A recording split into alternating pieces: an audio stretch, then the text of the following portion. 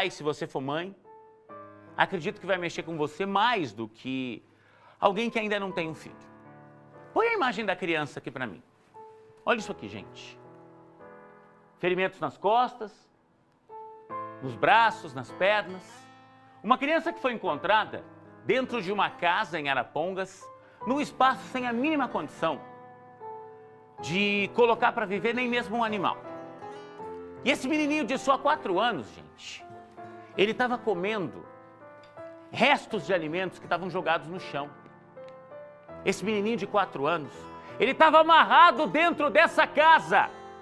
Me dá as imagens do local, por favor. Lá no bairro, as pessoas estão inconformadas. E foi justamente o inconformismo de alguns vizinhos que não entendiam. Cadê o filho dessa família? Cadê as crianças dessa casa? Ali nesse menininho de 4 anos, tem uma menininha de só 9 meses, tá? E a mãe ainda tá grávida. Polícia foi para lá, encontrou essa situação no local e prendeu o pai e prendeu a mãe. A mãe já saiu, a mãe está em liberdade, o pai segue preso, as crianças, o menininho de 4 anos, a irmã de 9, foram entregues ao Conselho Tutelar.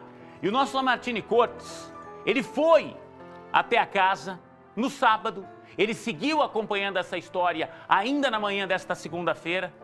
E Lama, fique à vontade agora para chamar a sua reportagem, que vai contar, né, detalhes desses maus tratos, detalhes do quanto sofreu essa criança com 4 anos de idade. Provavelmente, Lamartine, sofreu muito mais do que a gente que tem décadas de vida. Sem dúvida, Juliano, uma história revoltante, porque essa informação chegou para nós na sexta-feira de que a polícia tinha ido atrás de um pai e de uma mãe onde uma criança estaria sofrendo tortura, numa casa ali no bairro de Arapongas. Pois bem, no sábado a nossa missão era ir para Arapongas, averiguar essa informação, e aí nós fizemos contato com a Polícia Militar e também com a Polícia Civil, que nos confirmou e detalhou tudo o que acontecia ali. É difícil de acreditar, é difícil de encarar, mas isso acontecia. Porque muitas vezes a gente ouve falar, né, Juliano, de, sei lá, cuidadores que maltratam crianças, gente que não é da família, mas a gente está falando do pai e da mãe. Principalmente do pai, porque ainda não tem confirmação se a mãe participava exatamente dos atos ali de tortura. Mas o pai sim, segundo a polícia. Tanto é que um detalhe que chamou a atenção da PM, Juliano, é que no momento em que o policial entrou lá na casa e fez o primeiro contato com o pai, ele chegou a errar o nome do filho. O PM perguntou, e essa criança aqui? Ele falou outro nome, assim, num aparente descaso mesmo. Mas não é o pior. A criança estava amarrada nos pés, nos braços e também estava praticamente passando fome. Inclusive é o relato da polícia que a comida era deixada ali no chão e ela ia catando do jeito que dava. É uma coisa absurda, gente, absurda, mas aconteceu e a gente acompanhou desde sábado todos os detalhes na cidade de Arapongas e é o que você vai ver na reportagem agora.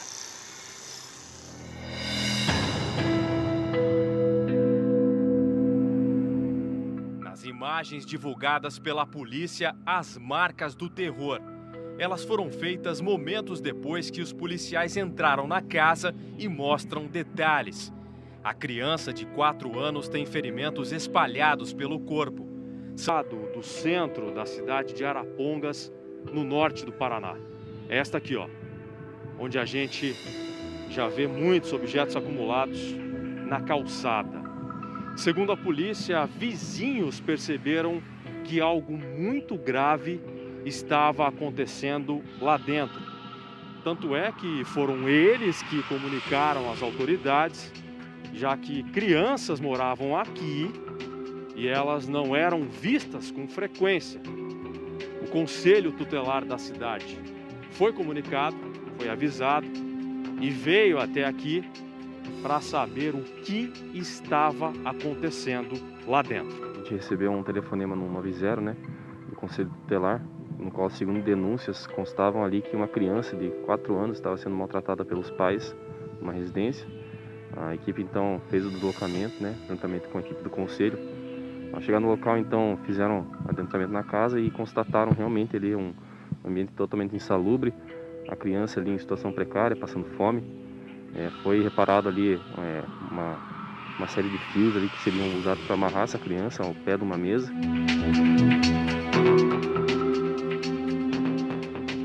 Esta gravação, também divulgada pela polícia, mostra o momento em que os PMs entraram na residência.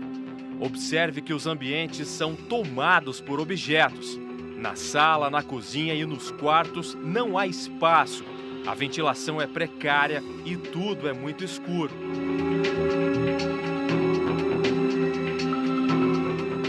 A polícia militar diz que assim que entrou em um dos cômodos, viu o garoto amarrado, em condições sub-humanas e passando fome.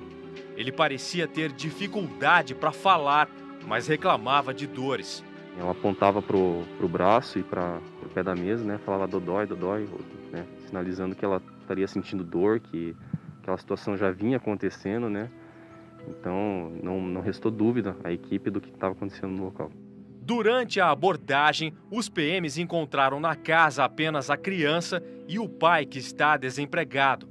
Demonstrando frieza e até errando o nome do próprio filho, ele negou que torturava o menino. Então, o pai a princípio tentou negar os fatos, só que mais tarde aí na companhia ele parou de falar, ele visivelmente não tinha muito o que justificar numa situação dessa, né? Mas como todo um que comete crime, ele vai chegar e vai negar, vai tentar negar, né? Mas é inegável diante dos fatos apresentados aí. A mãe trabalhava no momento da abordagem. Quando foi encontrada e questionada, disse apenas que o pai aplicava castigos no garoto. O casal também tem uma outra filha de 9 meses e a mulher está grávida. Inclusive a senhora mãe dessa criança, ela ainda está grávida, de quase 6 meses, né? Então, esse ambiente aí se mostrou totalmente inadequado para a criação das crianças. Os pais foram presos em flagrante pelo crime de tortura e trazidos aqui para a delegacia da cidade. A Polícia Civil já pediu a prisão preventiva deles.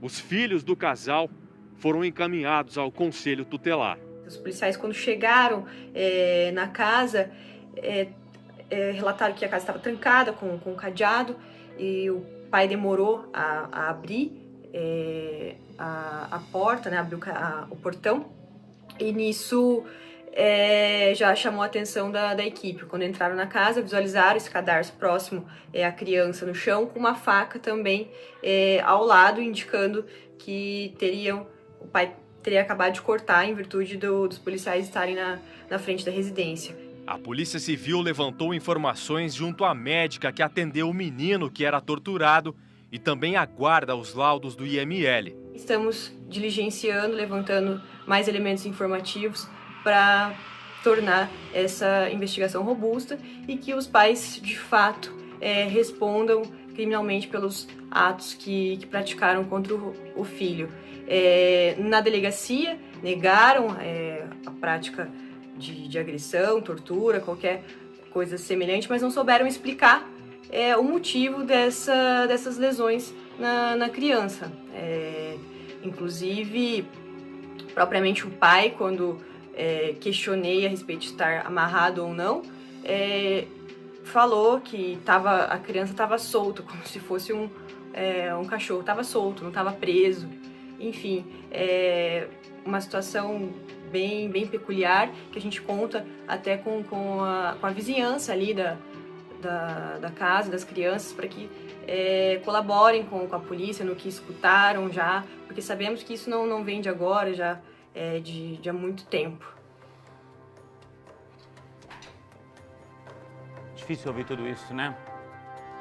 E aí a gente vai buscando mais detalhes, mais elementos, mais informações. Como eu disse, né, Lama? A mãe está em liberdade, vai responder ao crime de maus tratos em liberdade. O pai permanece preso.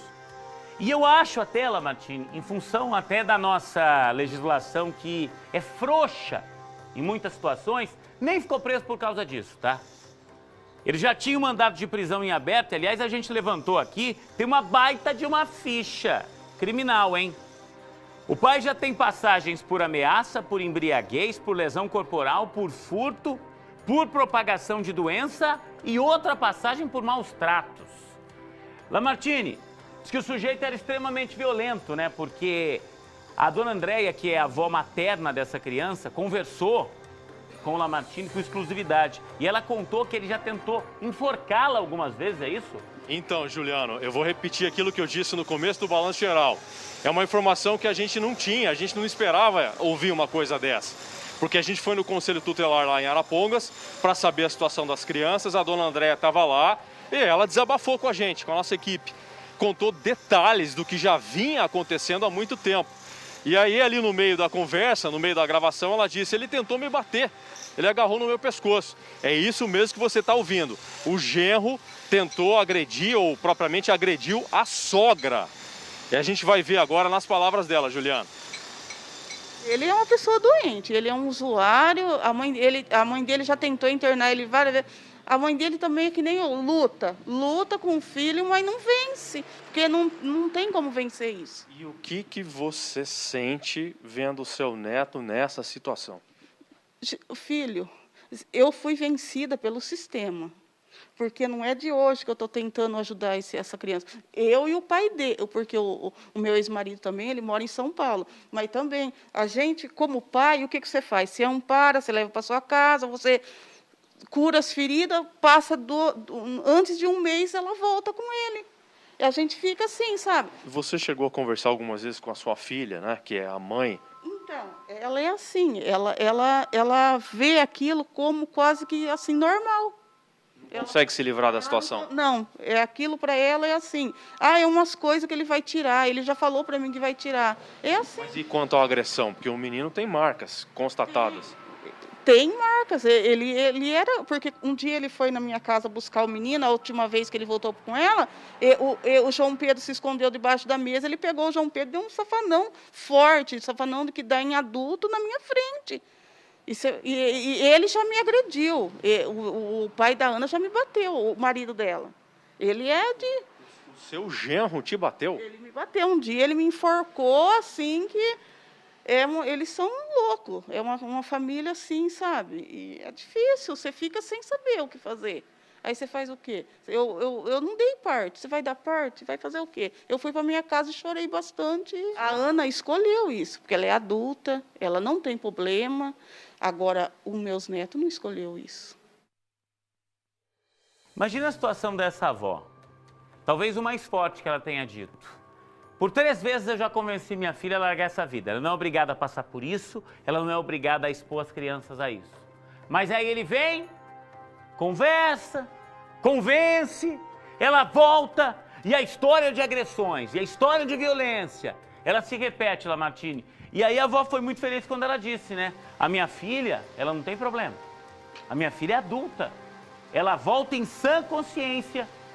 E, infelizmente, é aquela coisa da mulher apaixonada que sempre acredita que pode dar certo, né, Lamartine? E está provado aí que a coisa não vai mudar. E quantas vezes a gente já tratou de assunto assim, né, Juliano? Que para nós que estamos aqui do lado de fora, é muito óbvio. Você vê que o companheiro é uma pessoa errada, não pode ser marido, não pode ser chefe de família, mas a mulher vai lá e volta. Quantas vezes eu já vi isso, você também, né, Juliano? Mas aí é um outro problema. Eu acho que nesse momento o correto foi feito, que é cuidar das crianças, tirar as crianças daquele ambiente doente, insalubre, não sou eu que estou dizendo, é o conselho, é a polícia, foi tudo confirmado com imagens. Então, as crianças não foram com a avó, não? Não, Elas não. estão em poder do Conselho Tutelar? Do Conselho Tutelar, que inclusive nós conversamos com a conselheira hoje, a Cristiane. Ela não quis revelar propriamente para onde as crianças foram levadas, fez bem, preservar, né, Juliana? Proteger as crianças, já foram expostas demais, já sofreram demais, mas ela afirmou para a gente o seguinte: eles estão num bom lugar, bem cuidadas, e agora o caso está na justiça, Juliana. Vamos acompanhar o que disse, então, a conselheira tutelar, a Cristiane Sanches, que foi a que fez o primeiro atendimento, que foi até a casa, que encontrou essas condições insalubres ali, onde estava esse menininho, junto com a polícia. Enche a tela. Então, a gente acionou a polícia para estar indo junto, né? Chegamos lá, a gente detectou que a casa era praticamente um depósito. Hoje as crianças já estão em segurança e agora é aguardar a justiça definir o final, né, dessa história aí do paradeiro, para quem vai ficar as crianças, na verdade. Eu vou seguir nesse assunto na sequência. O Dr. Ronedi Pires, que é psicólogo, vai tentar nos ajudar a entender o que é que fica na cabeça de uma criança alvo de violência.